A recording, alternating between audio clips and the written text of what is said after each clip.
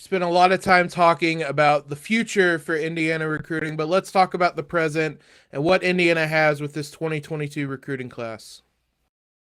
You are Locked On Hoosiers, your daily podcast on the Indiana Hoosiers. Part of the Locked On Podcast Network, your team every day.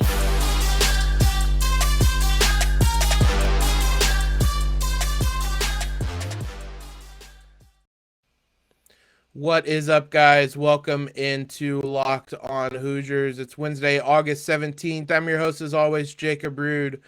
Want to thank you guys for making Locked On Hoosiers your first listen every day. As I mentioned, we've spent a fair amount of time the last few weeks talking about the hits and more misses when it comes to Indiana's future on the recruiting trail. But they really nailed it with this 2022 class, and that's what I want to talk about today with Jason Jordan in our weekly recruiting conversation. And I'm not going to wait. I'm going to throw it to that one because it's a really fun one today. And we are now joined, as always, on Wednesdays by Director of Basketball Recruiting at Sports Illustrated, Jason Jordan. Jason, has life calmed down a little bit now that most of the summer ball is over? Yeah, it has, but it just moves on to we get a small break, and then September 9th starts what we like to call open gym season. So that's when coaches can get back out and evaluate kids at their schools, and then we do the in-home visit. So get a small break, but it won't last long. As I say, the grind absolutely does not stop when it There comes you go.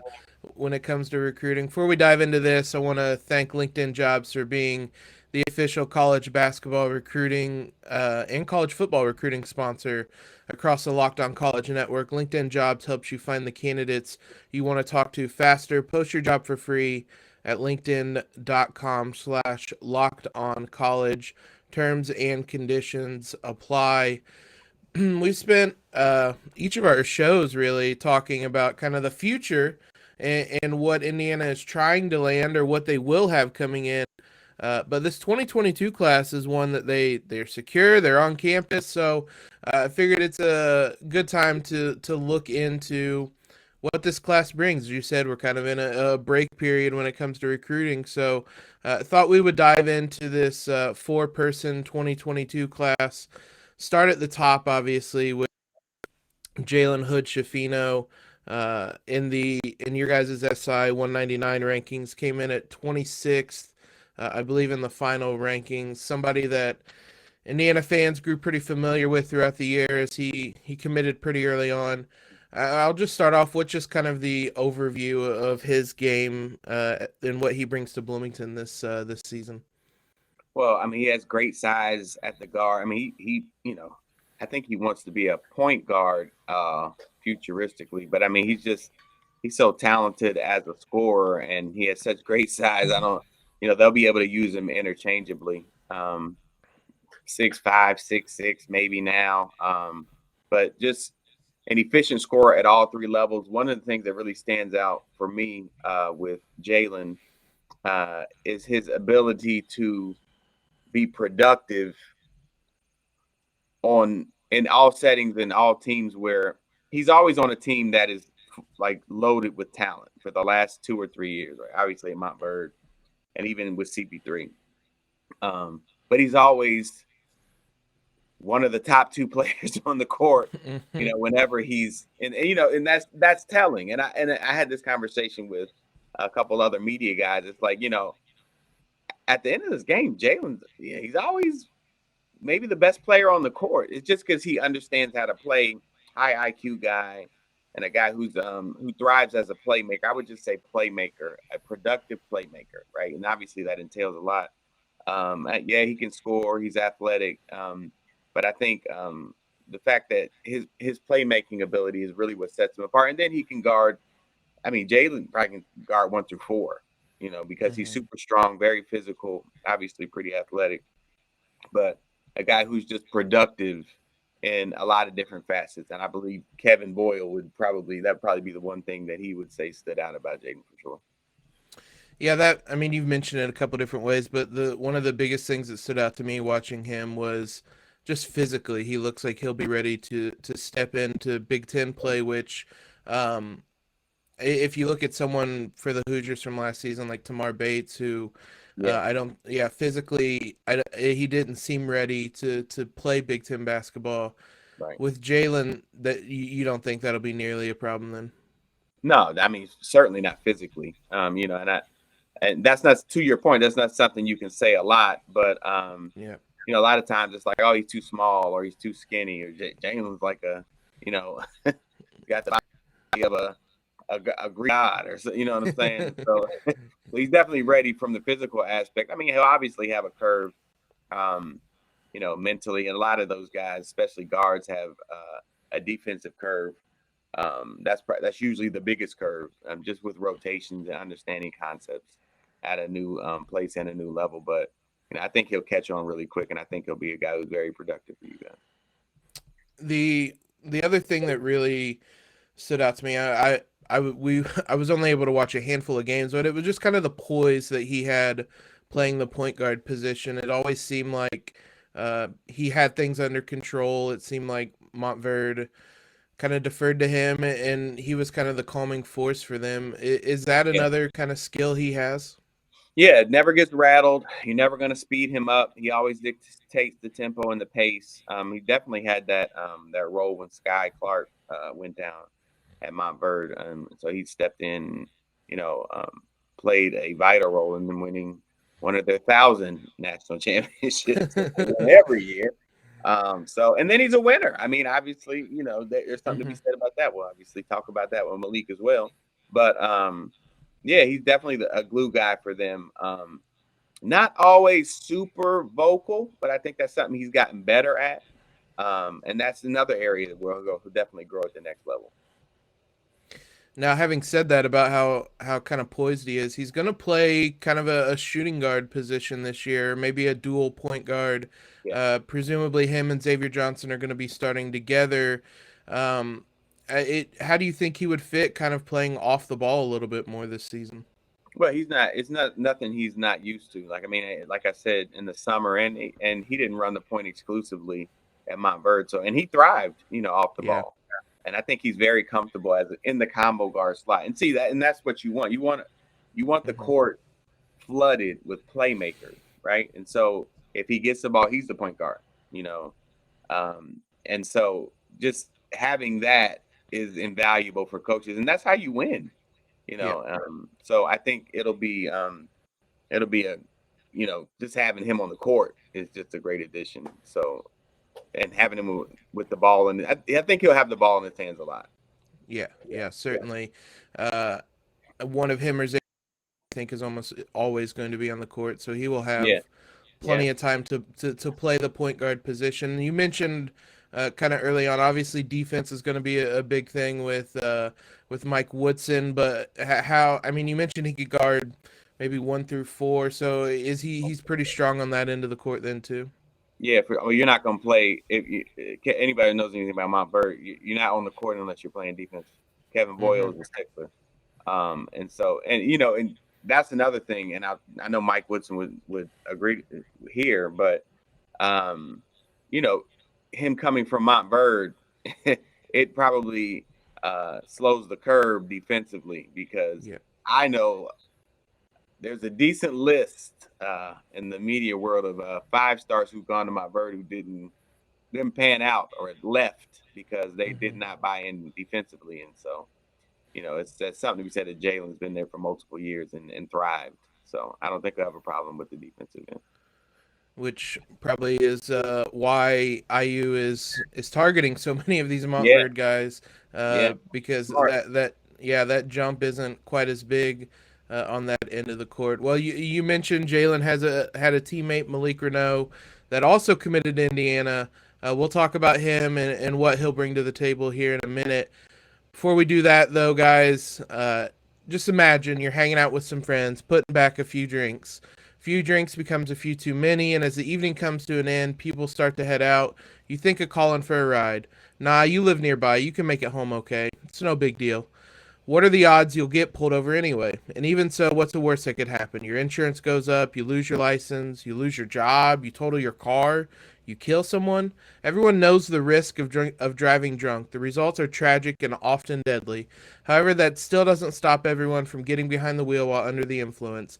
That's why police officers are out there right now looking for impaired drivers on our roads to save lives. So if you think you're okay to drive after a few drinks, think again. Play it safe and plan ahead to get a ride. It only takes one mistake to change your life or someone else's forever. Drive sober or get pulled over. Want to dive into Malik Renault now. With Jalen, fans had a long time to kind of watch his game and get a sense of the type of player it is. Everything with Malik in Indiana happened a lot quicker, and Indiana fans maybe not have as much insight into his game. So I'll start off on that point. What type of player is Malik Renault? High energy guy, rim runner, big body, likes to play very physical, but he's going to bring the energy, right? He's going to bring the energy, the wild plays. But I think his propensity to bring the wild plays, i.e. the dunks, the putback dunks, and, finish with authority, I think that overshadows his skill set. I think he's very skilled, very agile. He can handle the ball, but he can create off the face up. But he can definitely be very productive in the paint. But he can maneuver around there and handle the ball pretty well. Also, he's got great hands, and he's a guy who y'all are gonna love because he is going to create those wow plays, which are momentum shifting dunks and blocks, and he's a guy I'm very high. One of the best players I saw last summer with the Knight Riders on the EYBL. He averaged around 20 and 10 in the EYBL. So, let that, take that for what it's worth. And then, again, we got to say this, too. I think he was the most important piece. I think Boyle would probably say the same thing on that loaded Montverde team. And, whenever you can say you're the most important piece on the Montverde team. That's saying, just because he's the one guy, I think, on the roster, it's like, and I got a coach tell me that it's like he's the one, man. It's like we can deal with Sky and we can deal with Jalen. We can match up with them. It's just this kid's a matchup problem, man. He just that motor, and his combined with his skill set, that's just tough. It's tough to contend with. So I can't remember specifically what game it was. It was during their kind of national tournament bracket. During those games, I remember watching the game and thinking at one point that I hadn't really remembered Malik really doing a whole lot necessarily. And then they bring up the stats and he has 18 points and 9 rebounds. And it's just kind of his ability to kind of make himself available around the rim and get those cleanup plays, those putback dunks and stuff like that. Is that a strong skill set of his? It's kind of an odd skill set just to say he can be available around the rim, but it seemed like something he really excelled at. That's so funny. I remember years ago, people know who Montrezl Harrell is now. Yeah. I never forget he was in high school, and I said, "Yeah, man, you're like a." I said, "You're like, you're like the junkyard dog." He was, and people used to take offense to he was kind of like, I can do more than that. It's kind of like, no, man, that's a compliment. And so he's, take him, and now he's fully embraced that role, and he, so, but I think Malik is a guy who embraces it now. Yeah. And that is absolutely a skill set to be a guy who it just plays with high energy. And now, I get, like I said earlier, he has a skill set that I think that is overshadowed by his motor and his ability because he's tall and long and he's making the rim running plays. But like you said, I've done that a couple of times in his games where it's like,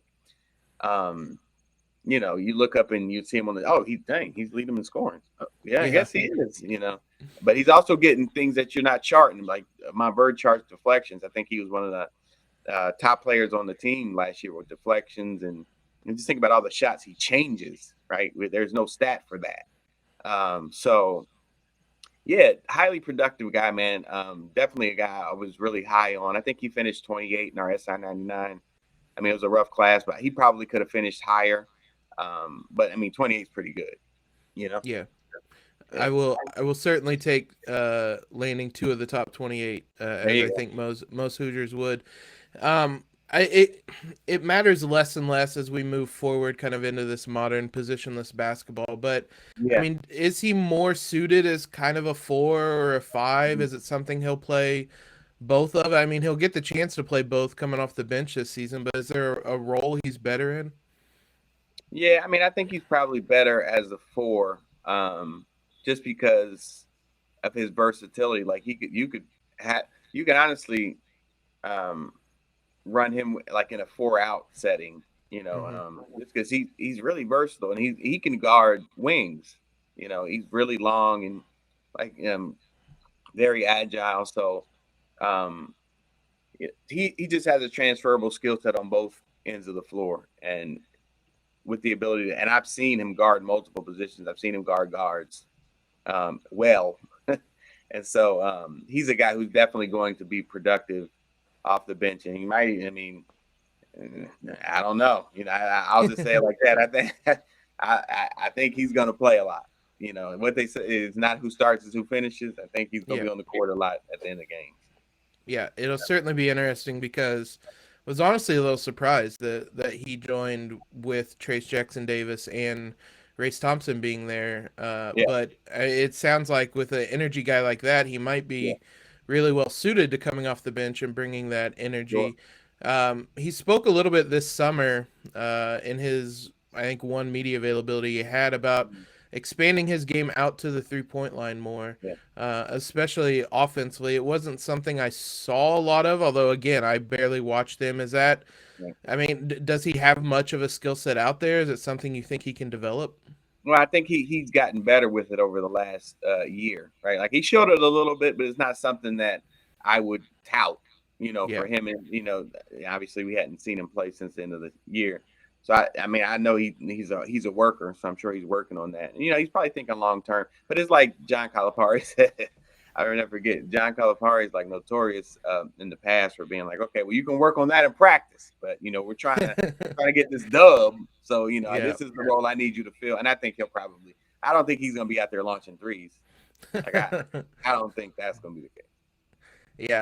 Yeah, I don't think he will be either. It is interesting though to see him kind of expand that game, Yeah. and as you mentioned defensively, I mean, can he guard all the way? Yeah. You said he can guard all the way out to the wing. Can he guard kind of 2, 3 through 5? Yeah. I would say 2, 3 through 5, more so 3 through 5. But yeah, he has quick feet. He plays very physical. You're not bodying him down there, even a big body, because he's challenging them shots. And, he's a fire guy, so off the bench, he's definitely a guy that you want to plug in and, accelerate on both ends of the floor. And I think he can definitely step in there and, fill that role for sure. Yeah, which is another benefit to IU at least to have someone like Malik who can plug in a bunch of different holes basically depending on what the Hoosiers need if he's coming off the bench. Yeah. If somebody's in foul trouble or anything along those lines, he can step in and provide something for Indiana. Well, both those guys drew all the headlines, and they both sound like guys who are going to step in and be huge pieces from day one. But they aren't the only guys in this 2022 class. Caleb Banks and CJ Gunn wrap up the class. When we come back here in just a minute, we will talk about them as well. Caleb Banks came in at number 85 on the SI 199. A player that maybe didn't receive as much attention simply because Jalen Hood-Schifino did, and then later on Malik as well. But a scorer, it seems like, from his time in high school. What type of prospect are the Hoosiers getting with Caleb? I like his versatility and athleticism. That's where he thrives. So in that, he's able to play both forward positions, right? Is he better in the paint? Probably. He's probably better maneuvering around the paint, but he's just so agile and versatile, and strong and physical, and he's that guy, right? So he's that guy he's a finisher. He finishes plays very efficiently. Obviously, a guy who is no stranger to the high wire act, and so definitely a guy who can slide over and, like we talked about defensively, can guard multiple positions and definitely brings it on the defensive end. And he's also a really good rebounder with great anticipation as a rebounder, and definitely some guy you can plug in and get a lot of production out of. I think he gets better. And I said this, we were talking about him at Peach Jam. I think he's a guy who gets better as he levels up, as there's more spacing and more guys his size playing against him, where he can exploit matchups and exploit his quickness in the face up and off the high post. I think he's a guy who will be more productive as he levels up at this level, and I think as the years go on, he'll be like a fan favorite. And highly productive forward. Yes, and to that point, being a productive forward, that's something Indiana didn't have a lot of last season, are those kind of wing perimeter players. I guess with his athleticism, with his size, is he someone that is going to be productive out there on the wing as kind of a small forward at times? Yeah, he can definitely run both forward spots interchangeably. I mean, he's proven it, in the circuit and obviously in high school, but he's definitely a guy who can slide over and play the 4 and the 3 efficiently, for sure. And I mean, to your point, you mentioned him being a good rebounder. 23 points, 10 rebounds a game last season. Shot 38% from 3. Is this a guy that's going to be able to come in kind of day one and make and be able to get minutes for Indiana? Yeah, he'll get minutes. He'll definitely get minutes. I mean, he's too productive, at his size and at his skill set. And again, you see a theme with energy, right? So he's a guy at his size who plays with maybe even more energy than Malik, which is crazy, right? I don't know. Malik plays with a lot of energy. I mean, maybe not. But they're both of these things are good, right? Yeah. But you can't keep that guy on the bench. You can't keep that guy on the bench. If you do, that won't go well. You know what I'm saying? Because he can help you win, and he's skilled, but he's going to be productive, and he's going to give you positive minutes, and I think he'll earn those minutes for sure. It's a good competition to have, to see who the more energetic of the two is going to be, and hopefully it rubs off on the two of them, and it's a competition they have all year, because it's only good things for them and for the team as a whole to try to bring up that energy level. Last guy, CJ Gunn, someone that Indiana fans might be more familiar with just because he's a Indianapolis product, someone that they saw a bit more of during the season. I'll just start off as always again, just kind of an overview of what type of prospect he is. Yeah, well, he's going to certainly earn his minutes stroking that jump shot, right? Because that is his most dominant skill set. I mean, I think he's physical. I mean, 6'6", really competes on the defensive end, but where he's going to be on the court is his propensity to knock down shots, and he's not towing the college line. Like he's always been a guy who shoots it deeper, more so in between the college line and the NBA range. But he doesn't. He's not shy about letting that thing fly. So, but he's a confident shooter, and there's a difference with that, right? A guy who can shoot in there is a confident shooter, and I think he fits the bill of a confident shooter. And I think he, is he decent playmaker, but again, I'm not saying he's a one-trick pony, but he's going to earn minutes stretching the defense for sure. I was going to say, just that first point alone is going to probably get him time for Indiana, because the other thing Indiana did not have last season was outside shooting at all, basically. So having someone like him who can come in and stretch the defense, he's going to get opportunities to do it. He's going to get the chances. Obviously, going to continue to be the kind of big thing. Is that going to limit his minutes at all?